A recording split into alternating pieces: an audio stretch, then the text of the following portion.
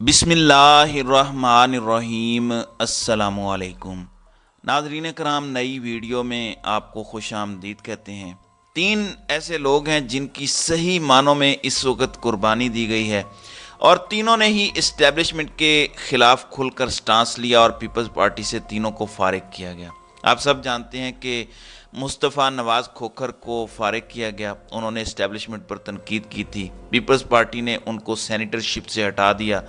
फिर उसके बाद एतजाज़ एहसन का मामला आया। जनरल बाजवा उस वक़्त हाजिर सर्विस थे। जब उन्होंने जनरल बाजवा के ख़िलाफ़ बात की तो उनको साइड लाइन किया गया। वो ऑलमोस्ट पीपल्स पार्टी से निकाले जाने वाले थे। इमरान खान ने उनसे मुलाकात कर ली और इमरान खान ने उनको पार्टी में शमूलियत की दावत दी तो जरदारी ने हाथ पकड़ लिया।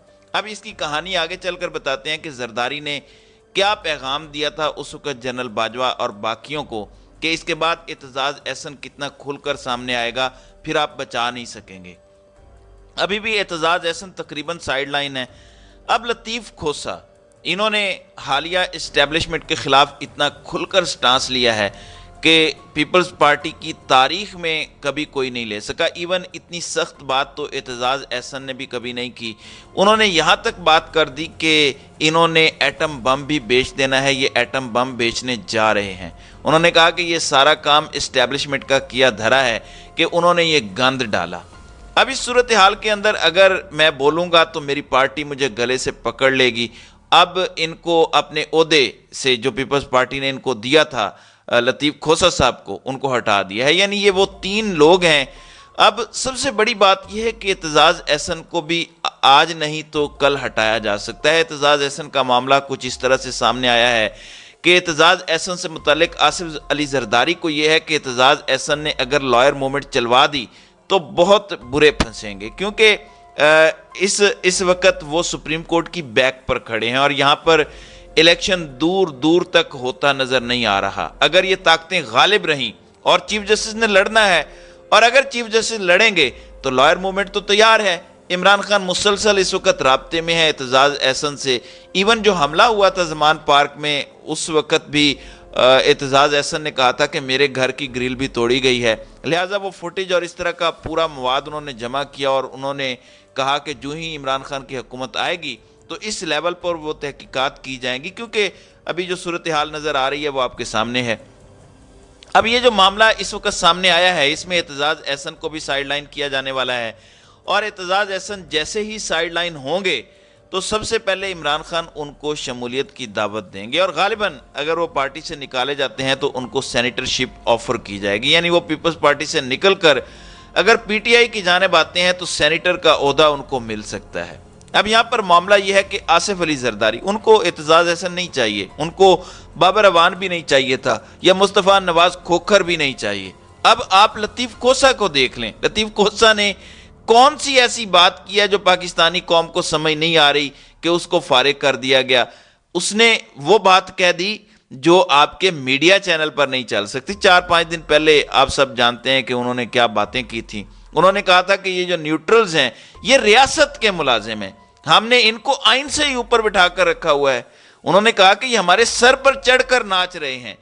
फिर कहा कि इस मुल्क में इमरजेंसी लगाने की पूरी तैयारी है और ये सारा काम बैठकर पीछे न्यूट्रल्स कर रहे हैं। इन न्यूट्रल्स का काम क्या है? इनको हमने बिठाया सर पर और ये आइन से भी ऊपर चले गए। लिहाजा जिम्मेदारी भी सबसे ज्यादा इन न्यूट्रल्स पर आती है। फिर उन्होंने कहा कि हम सियासतदानों ने न्यूट्रल्स के हाथों में अपनी दाढ़ी पकड़ा दी है, ये सारे अपना एटम बम बेचने जा रहे हैं, अगर मैं कुछ बोलूंगा तो पार्टी गले से पकड़ लेगी। तो इस सूरत हाल में ये तो क्लियर था कि उनको निकाला जाने वाला है। अब आप सोचें आप कितनी आवाज़ें बंद करवा लेंगे। अब ये असल में छांटी या भाल सफाई जिसे कहते हैं वो टाइम है। सारे अपनी साइड्स चूज़ करते जा रहे हैं कि किसने कहाँ पर खड़े होना है, किसने क्या करना है। आप यहाँ से अंदाज़ा कर लें कि पाकिस्तान की तारीख में कभी किसी मीडिया चैनल पर ऐसी गुफ्तगू नहीं हुई कि सुहेल वड़ैच, जो एक सहाफ़ी हैं और इस्टेब्लिशमेंट के इंतहाई करीबी हैं, वो उठकर ये गुफ्तगू करते हैं कि पाकिस्तान के अंदर इस वक्त इमरान खान की पॉपुलैरिटी पीक पर है, इमरान खान की मकबूलियत है, मगर इस्टेब्लिशमेंट के सामने कबूलियत नहीं है, वो कबूल नहीं कर रही उनको। انہوں نے کہا کہ عمران خان صاف الیکشن جیتنے جا رہے ہیں، اگر ذرا سا بھی اسٹیبلشمنٹ کو شک و شبہ ہوتا کہ یہ مقابلہ بھی ہو سکتا ہے نون لیگ کا اور عمران خان کا، یعنی کوئی 30-70 کا مقابلہ بھی ہو سکتا ہے، تو شاید وہ الیکشن کروا دیتے۔ ان کو پتا ہے کہ عمران خان کلیئرلی میجورٹی لینے جا رہے ہیں، تو وہ کہہ رہے ہیں کہ اسٹیبلشمنٹ اس لیے الیکشن نہیں کروائے گی۔ اسٹیبلشمنٹ کے ساتھ این ایس سی میٹنگ کے بعد جو فوج کا ریئیکشن آیا وہ ایسا تھا کہ اس کو دیکھ کر نون لیگ والے مزید آگے بڑھ رہے ہیں۔ تو اس پورے کھیل کے اندر انہوں نے کلیئرلی بتا دیا کہ انہوں نے الیکشنز نہیں کروانے، کیونکہ ان کو پتا ہے کہ عمران خان جیتنے جا رہا ہے۔ پھر اس کے ساتھ ایک اور بات بھی وہ کرتے ہیں، بڑی عجیب بات ہے، وہ یہ کہ عمران خان اگر معافی کی بات نہ کریں، انتقام نہ لیں، احتساب نہ کریں، تو اسٹیبلشمنٹ پھر ان کو قبول کر لے گی۔ یعنی آپ سوچیں ایسی بات بھی کبھی میڈیا پر ہو سکتی تھی، اب کھل کر یہ باتیں ہو رہی ہیں، کیسی عجیب بات ہے۔ لوگ کہتے ہیں پچھلے 1 سال میں عمران خان کی حکومت گئی، پاکستان کا بیڑا غرق ہو گیا۔ آپ نے ایک فائدہ دیکھا ہے، لوگوں کی آنکھیں کھل گئی ہیں، ان کی آنکھوں کا آپریشن ہو گیا ہے۔ کبھی کسی کو پتا تھا ان 75 سالوں میں آپ کے ساتھ جو کچھ ہو رہا ہے یہ کرنے والے کون لوگ تھے؟ یہ تو اب کھل کر سامنے آ گئے۔ اب آپ اندازہ کیجئے کہ اس وقت ایک عام شخص اندازہ کر سکتا ہے کہ آگے کیا ہونے جا رہا ہے، کس کا کیا لیول ہے اور کیا صورتحال ہے۔ وہ عمران خان نے صحیح کہا تھا کہ جنرل باجوہ کے بارے میں کہ آپ سوچیں کہ کیا ہی اچھا اس کا لیول ہے کہ وہ شہباز شریف کو جینیس سمجھتا ہے۔ یعنی ان کی عقلیں دیکھیں، ذرا سوچیں آپ، ان کا آئی کیو لیول کیا ہے، ایک عام شخص اور ان کے آئی کیو لیول کا فرق دیکھیں۔ انہوں نے اظہر مشوانی کو اٹھایا اور مشوانی کو اٹھا کر کہتے ہیں کہ بتاؤ عمران خان کتنے پیسے دیتا تھا، اور یہ پوچھتے ہیں کہ بتاؤ عمران خان کی مقبولیت کیسے ہے، یعنی یہ بتاؤ کہ وہ عوام میں اتنا مقبول کیسے ہو گیا، کیا وجہ ہے کہ عوام اور سوشل میڈیا سمیت ہر کوئی اس کا ساتھ دے رہا ہے۔ آپ سوچیں ان کا آئی کیو لیول کس طرح کا ہے۔ آپ سڑک پر چلتے کسی سے پوچھ لیں کہ عمران خان کی مقبولیت کی کیا وجہ ہے، تو وہ بتائے گا کہ عمران خان کے دور میں پٹرول 150 کا ملتا تھا، ڈالر 170 کا تھا، مہنگائی بالکل کم تھی، بجلی کے بل کم تھے، سارا کچھ کم تھا۔ تو اب مہنگائی چونکہ کنٹرول سے باہر ہو گئی ہے، لہٰذا اس صورتحال میں وہ کلیئرلی بتا رہے ہیں کہ وہ ان سے بہتر ہے۔ وہ کسی بزرگ نے کہا تھا کہ جب انسان کی مت ماری جاتی ہے تو پھر وہ بکنے لگتا ہے، غلط فیصلے کرنے لگتا ہے۔ یہی صورتحال ہوئی جو باجوہ نے کیا، اور جس طرح اب وہ بول رہا ہے۔ پھر قاضی فائز عیسیٰ وضاحتیں دیتے پھر رہے ہیں۔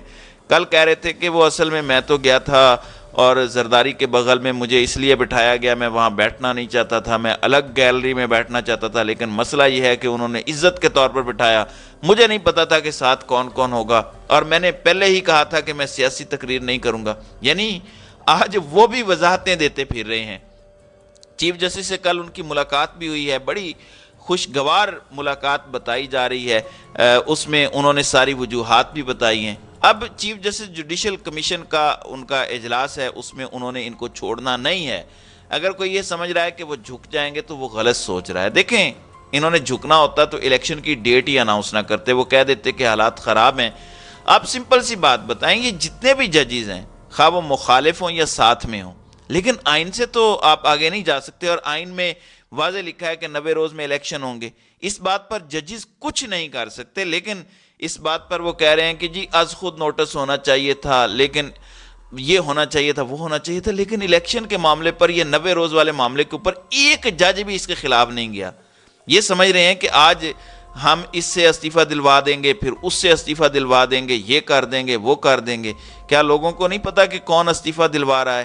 کیا لوگوں کو نہیں پتا کہ اس ملک میں کیا ہو رہا ہے، کس کا حکم چل رہا ہے، کون کیا کر رہا ہے؟ آپ اس صورتحال کو مد نظر رکھیں، معاملات بہت زیادہ خراب ہو رہے ہیں ملک کے اندر، اور اچھا ہے کہ بھل صفائی ہو رہی ہے۔